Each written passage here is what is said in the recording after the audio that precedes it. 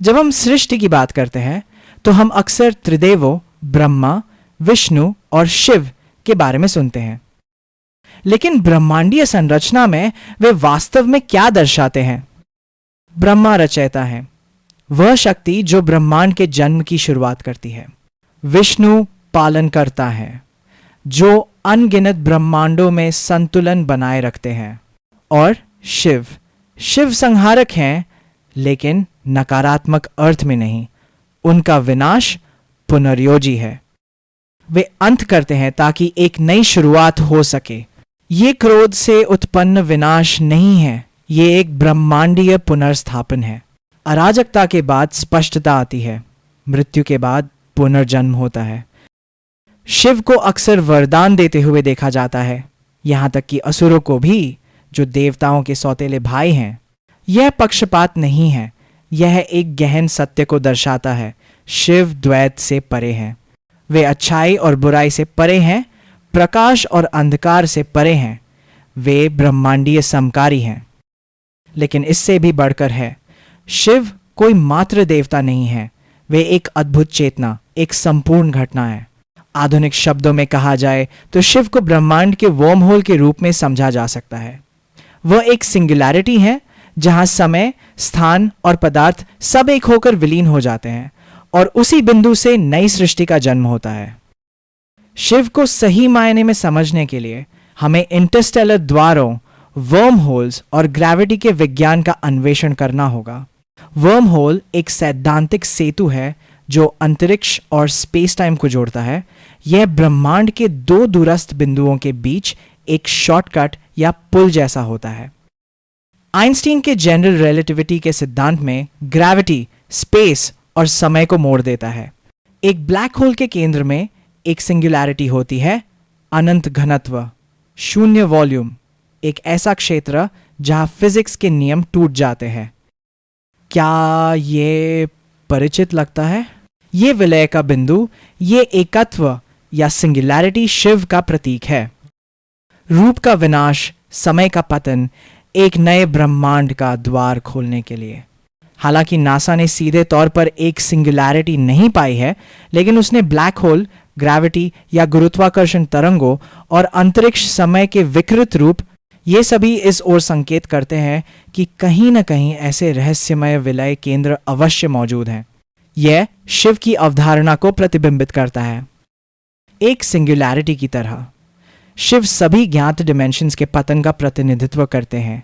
एक ऐसी शक्ति जो रूप से परे, समय से परे और पदार्थ से परे है।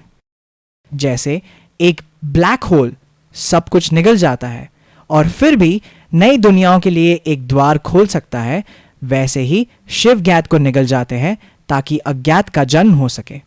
इसलिए अगली बार जब आप शिव को संहारक के रूप में सुने तो याद रखें, विनाश अंत नहीं है। ब्रह्मांड के तांडव नृत्य में यह आरंभ है। शिव का तांडव केवल एक नृत्य नहीं है, यह ब्रह्मांडीय नृत्य कला है, स्वयं ब्रह्मांड की एक लय है। यह अराजकता और व्यवस्था, विनाश और सृजन का प्रतिनिधित्व करता है, जो सभी एक दिव्य चक्र में प्रकट होते हैं। तांडव का प्रत्येक आंदोलन कहा जाता है कि वह माया के पर्दे चीर देता है, अहंकार को भस्म कर देता है और पुराने को तोड़कर नए के लिए मार्ग प्रशस्त करता है। तांडव में शिव ब्रह्मांड की धड़कन बन जाते हैं। यह समय का नृत्य है, आकाशगंगाओं के ढहने और पुनर्जन्म का। जैसे एक सुपरनोवा विस्फोट होकर अंतरिक्ष में तत्वों को बिखेरता है, जिससे नए तारों और ग्रहों का जन्म होता है, वैसे ही तांडव उसी शाश्वत स्पंदन का प्रतीक है, वह विनाश जो पुनर्जन्म की ओर ले जाता है। इसलिए जब शिव नृत्य करते हैं तो वे केवल नृत्य नहीं कर रहे होते, वे स्वयं ब्रह्मांड बन रहे होते हैं, गति में, अराजकता में, मौन में और सृजन में। स्क्रीन पर दिखाई गई तस्वीर नासा के हबल स्पेस टेलीस्कोप से ली गई है, जिसमें एक युवा तारामंडल संभवतः HH दिखाई दे रहा है, जिसमें एक चमकदार अभिवृद्धि डिस्क और दोनों ध्रुवों से ऊर्जा के जेट निकल रहे हैं। खगोल भौतिकीविदों का मानना है कि तारे और संभवतः ब्लैक होल इसी तरह बनते हैं। पदार्थ अंदर की ओर घूमता है और ऊर्जा बाहर की ओर निकलती है। आप यहाँ जो देख रहे हैं वो कोई विज्ञान कथा नहीं है, बल्कि नासा द्वारा ली गई एक वास्तविक तस्वीर है। एक तारे का जन्म। पदार्थ अंदर की ओर सिकुड़ रहा है, जेट बाहर की ओर फट रहे हैं। लेकिन गौर से देखिए, क्या यह शिव के डमरू के आकार जैसा नहीं है? एक 2 सिर वाला ढोलक जो बीच में संकरा और दोनों सिरों की ओर फैलता है। लय, सृजन और विनाश का प्रतीक। वैदिक परंपरा में डमरू केवल एक यंत्र नहीं, बल्कि एक ब्रह्मांडीय प्रतीक है। बीच का हिस्सा बिंदु सिंगुलैरिटी का प्रतिनिधित्व करता है, अनंत क्षमता का वह बिंदु जहां समय सिमट जाता है और सृजन शुरू होता है। आधुनिक खगोल भौतिकी ब्लैक होल के अंदर सिंगुलैरिटीज की कल्पना करती है, ऐसे बिंदु जहां स्पेस और समय सामान्य रूप से व्यवहार करना बंद कर देते हैं। शिव के नृत्य में डमरू समय की लय को ताल देता है, विस्तार करता है, संकुचित करता है और जीवन को अस्तित्व में लाता है। डमरू सृष्टि और विनाश की ब्रह्मांडीय संरचना। शिव के डमरू को ध्यान से देखें, यह केवल एक ढोल नहीं है, ये दोनों तरफ से तारों या रस्सियों से बुना गया है और जैसे जैसे यह केंद्र की ओर बढ़ता है, यह धीरे धीरे और अधिक घना और कसकर हो जाता है। वह केंद्रीय बिंदु, सबसे संकरा बिंदु, वह स्थान है जहां सारा तनाव, सारा कंपन, सारी स्थितिज ऊर्जा एकत्रित होती है। यह डिजाइन अनियमित नहीं है। आधुनिक खगोल भौतिकी में एक सिंगुलैरिटी की छवि, जैसा कि एक ब्लैक होल के अंदर पाया जाता है, समान संरचना दर्शाती है जैसे पदार्थ अंदर की ओर घूमता है, अंतरिक्ष समय अधिक तीव्रता से वक्रित होता है और ऊर्जा एक बिंदु पर असीम रूप से घना हो जाती है। यही डमरू का केंद्र है, बिंदु, दहन और जन्म का बिंदु।